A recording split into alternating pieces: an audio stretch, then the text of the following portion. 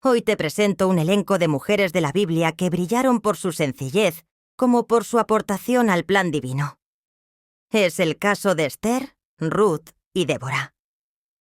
Mujeres marcadas por el destino, y es que el liderazgo no es cuestión de ser mujer o hombre, sino de determinación. ¿Alguna vez has sentido que no tienes el control de tu vida? ¿Que las circunstancias te superan y todo parece demasiado grande para enfrentarlo? Yo lo sentí. Mi nombre es Esther, y si me permites contarte mi historia, te llevaré a un viaje lleno de giros inesperados, intrigas palaciegas y actos de fe que cambiaron el destino de todo un pueblo. Pero mi historia no es solo la de una joven huérfana que llegó a ser reina. Es la historia de cómo Dios, incluso en el silencio, trabaja de formas que no podemos imaginar. Así que ponte cómodo, porque esta es una historia que no olvidarás. Mi vida comenzó en medio de la adversidad. Nací en el exilio, lejos de la tierra de mis ancestros, en la ciudad de Susa, una de las grandes capitales del Imperio persa. Mis padres murieron cuando era una niña pequeña, y mi primo Mardoqueo, un hombre justo y temeroso de Dios, me adoptó como si fuera su propia hija. Aunque la vida en Persia era relativamente pacífica, siempre sentíamos el peso de ser extranjeros. Éramos judíos en una tierra que no compartía nuestra fe ni nuestras costumbres. Vivíamos con discreción, tratando de no atraer la atención de quienes podían hacernos daño. Desde pequeña, Mardoqueo me enseñó sobre nuestra herencia, nuestra historia como pueblo elegido y nuestra relación con el Dios de Israel.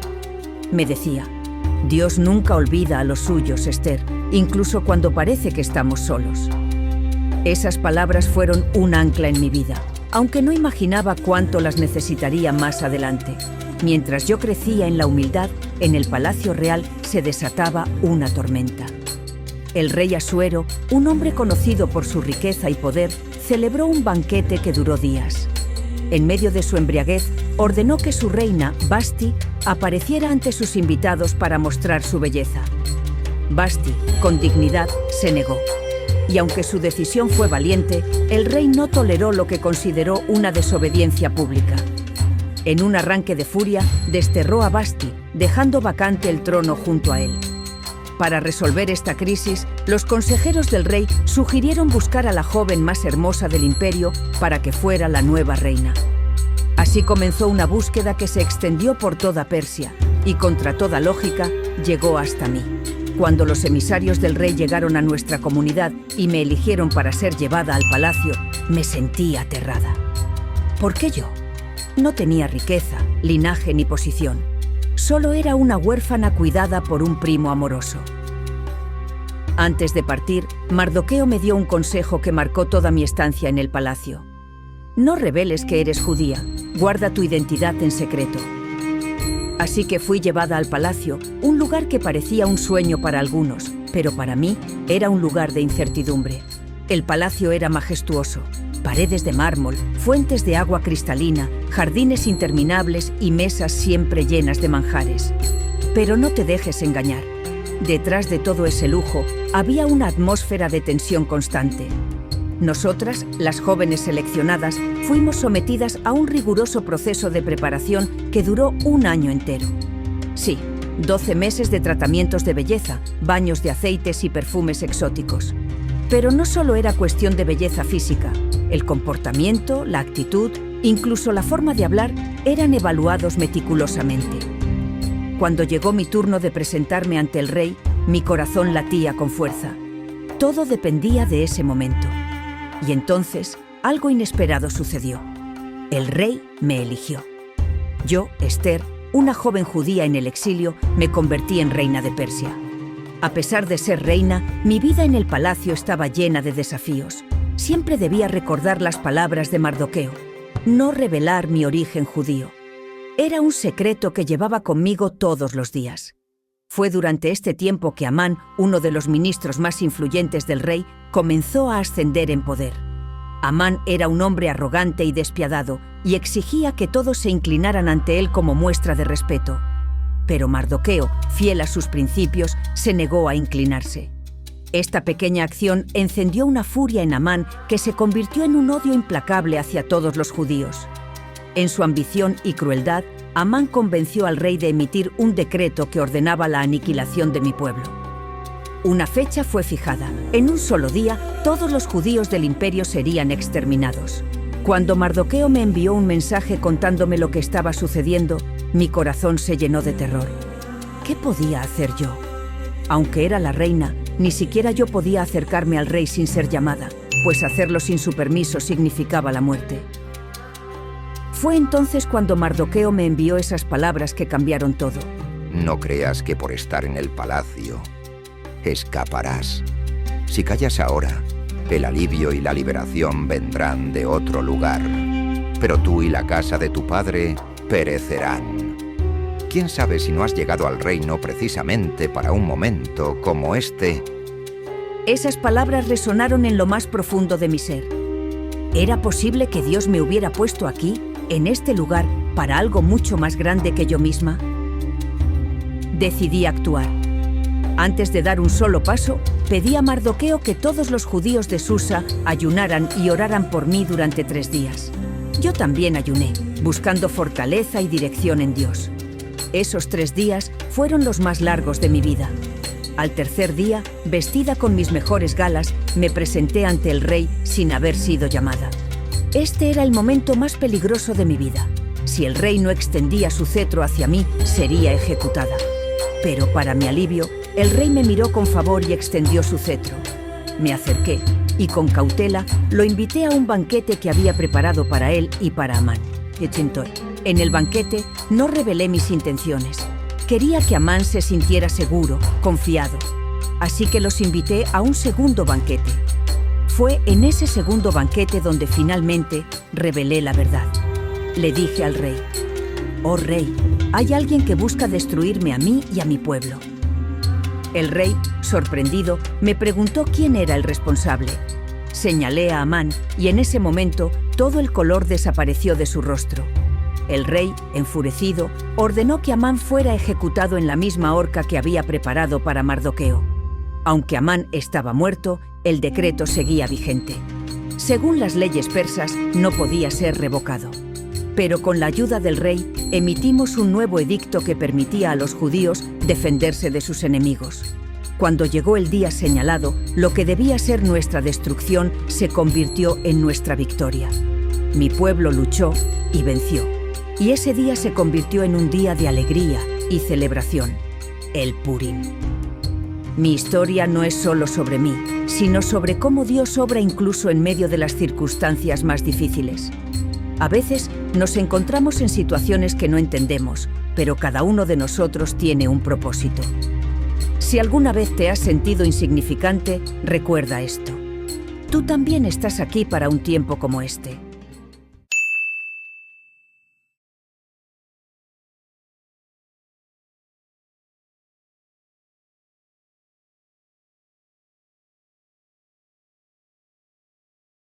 Soy Ruth, y mi historia es un testimonio vivo de que la fe y la obediencia pueden abrir puertas que nunca imaginaste. Te invito a que me acompañes en este viaje lleno de desafíos, decisiones difíciles y una fe que me llevó de la desesperación a la redención. Pero antes de comenzar, déjame preguntarte algo. ¿Alguna vez te has sentido en un punto sin retorno, donde parece que todo lo que conocías se ha derrumbado? Si es así, mi historia es también para ti. Mi vida no empezó con grandes expectativas. Era una mujer moabita, nacida y criada en una tierra que adoraba a dioses extraños. Moab era un lugar seco, tanto en su paisaje como en su espiritualidad. Todo cambió cuando conocí a Malón, un hombre extranjero de Belén. Él y su familia habían venido a Moab buscando refugio de una hambruna. Malón no solo me enseñó lo que era el amor humano, sino que también plantó en mi corazón la semilla de la fe en el Dios de Israel. Pero el tiempo nos golpeó con crueldad. Primero murió Elimelec, mi suegro. Después, mi cuñado. Y finalmente, mi esposo Malón. En un abrir y cerrar de ojos, la familia que había llegado buscando esperanza quedó destrozada. ¿Te has sentido así alguna vez? ¿Como si la vida te quitara todo lo que amas? En ese momento, sentí que mi mundo se había detenido. Mi suegra, Noemí, también estaba devastada. Decidió regresar a su tierra, a Belén, porque había escuchado que el Señor había visitado a su pueblo con pan. Pero para nosotras, 2 viudas sin recursos, ese viaje no era garantía de nada. Noemí insistió en que yo y Orfa, mi cuñada, regresáramos a nuestras familias en Moab, donde quizás podríamos empezar de nuevo. Orfa, aunque con dolor, eligió irse. ¿Y yo? ¿Qué debía hacer? En ese momento tuve que tomar una decisión que definiría mi vida. Regresar a Moab habría sido lo lógico.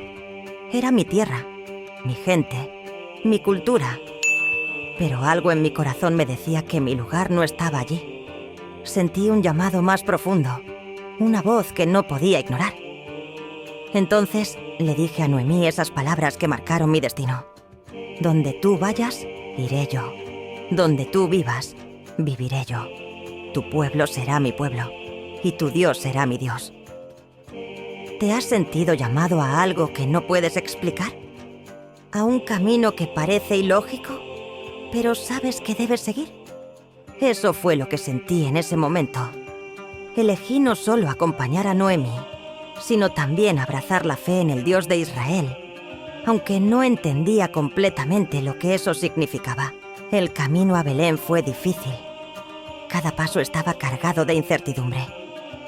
Cuando llegamos, Noemí estaba tan llena de amargura que pidió que la llamaran Mara, que significa amarga. Ella sentía que Dios la había ya abandonado.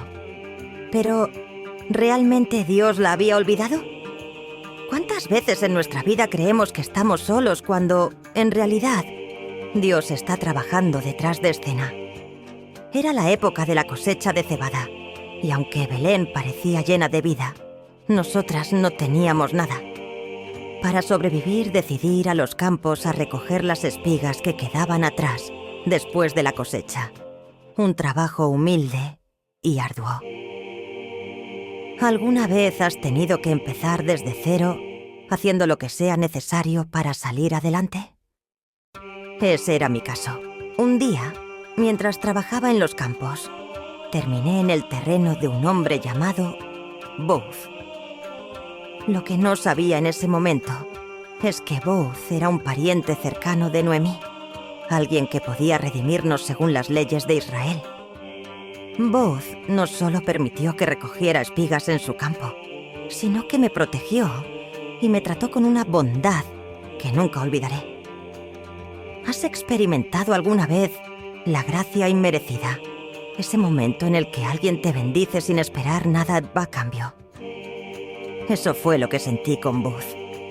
Cuando regresé a casa y le conté a Noemí lo sucedido, vi algo que no había visto en mucho tiempo. Esperanza. Ella reconoció que Dios estaba trabajando, que no nos había dejado solas. ¿Cuántas veces ignoramos las pequeñas señales de la providencia divina en nuestras vidas? Ese momento fue una confirmación de que Dios tenía un plan, incluso en medio de nuestra adversidad. Guiada por Noemí, hice algo que nunca habría imaginado. Una noche, me acerqué a Booth, en el campo donde descansaban los trabajadores. Con humildad, le pedí que ejerciera su derecho como redentor, que nos acogiera bajo su protección. Fue un acto de valentía, pero también de fe. ¿Cuántas veces hemos tenido que dar un paso audaz, sin garantías, confiando únicamente en que Dios abrirá el camino? Booth no solo aceptó mi petición, sino que hizo todo lo necesario para cumplir con la ley. Habló con los ancianos y aseguró nuestra redención de manera honorable. Su generosidad y rectitud cambiaron mi vida para siempre. Booz y yo nos casamos, y de nuestra unión nació Obed, un hijo que no solo trajo alegrías a Noemí, sino que se convirtió en parte del linaje del rey David, y eventualmente de Jesús, el Salvador del mundo. ¿Puedes imaginarlo? Yo, una extranjera sin futuro, fui parte del plan eterno de Dios. Esto me hace preguntarte, ¿y tú? ¿Qué propósito puede estar trabajando Dios en tu vida, incluso en los momentos más oscuros? Mi historia no se trata solo de amor y redención. Es una historia de fe, valentía y la soberanía de Dios. Es un recordatorio de que incluso cuando todo parece perdido, Dios está orquestando algo mayor. ¿Estás dispuesto a confiar en Él, incluso cuando no entiendas el camino? Si algo de mi historia te ha tocado el corazón, te invito a reflexionar. ¿Qué espigas está dejando Dios para que recojas? ¿Qué puertas podría estar abriendo en tu vida que aún no has notado? No tengas miedo de dar ese paso de fe. Al igual que yo, puedes encontrar una nueva vida, un nuevo propósito y, lo más importante, un lugar en el plan divino. Si esta historia de fe, valentía y redención ha tocado tu corazón, no te vayas sin apoyar este canal. Suscríbete ahora para seguir explorando las enseñanzas bíblicas que nos inspiran a diario. Y no olvides darle un me gusta a este video. Tu apoyo nos ayuda a llegar a más personas con estos mensajes que transforman vidas. Únete a nuestra comunidad y comparte esta increíble historia con alguien que la necesite hoy.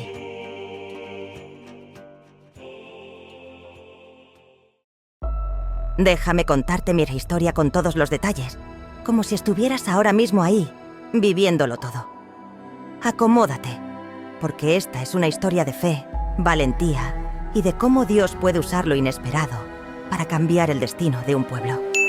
Soy Débora, profetisa, jueza y elegida de Dios. Mi pueblo estaba sufriendo. Israel había olvidado a Dios, y eso nos llevó a caer bajo la opresión de Jabín, un rey cruel de Canaán. Pero lo peor no era Jabín en sí, sino su general, Sísara. ¿Sabes lo que es vivir con miedo constante? Esa era nuestra vida.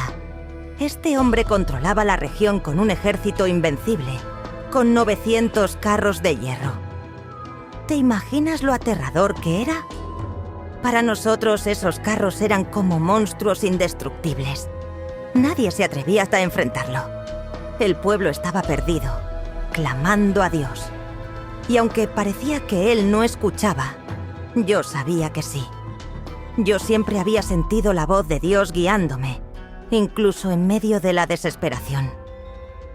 Así que ahí estaba yo, Débora, una mujer que se sentaba bajo una palmera para escuchar los problemas de la gente y tratar de darles justicia.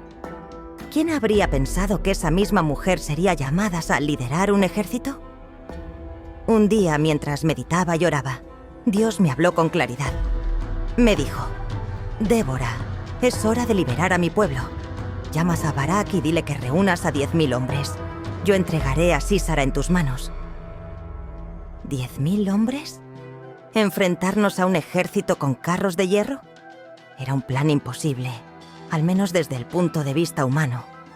Pero yo sabía que cuando Dios promete algo, Él lo cumple. Llamé a Barak, un valiente comandante militar, y le dije exactamente lo que el Señor me había revelado. Barak me miró con seriedad, pero también con una mezcla de duda.